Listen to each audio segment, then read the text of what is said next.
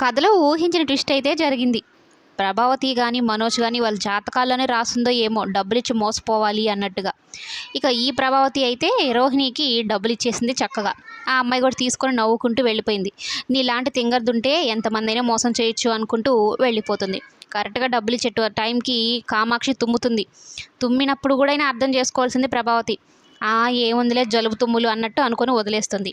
ఇంకొక వైపు super twist ఏంటి అంటే రోహిణి వాళ్ళ అమ్మ, అలాగే బాబు మీనా, బాలు ఉన్న బస్సులో ఎక్కుతారు. అంటే రోహిణి వాళ్ళ ఊరు, మీనా, బాలు వాళ్ళ నానమ్మ ఊరు ఒకటే అనమాట.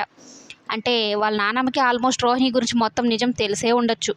అంటే ఆ అమ్మాయికి ఆల్రెడీ ముందు పెళ్ళయిందని, ఆ భర్త చనిపోయాడని అన్న విషయం.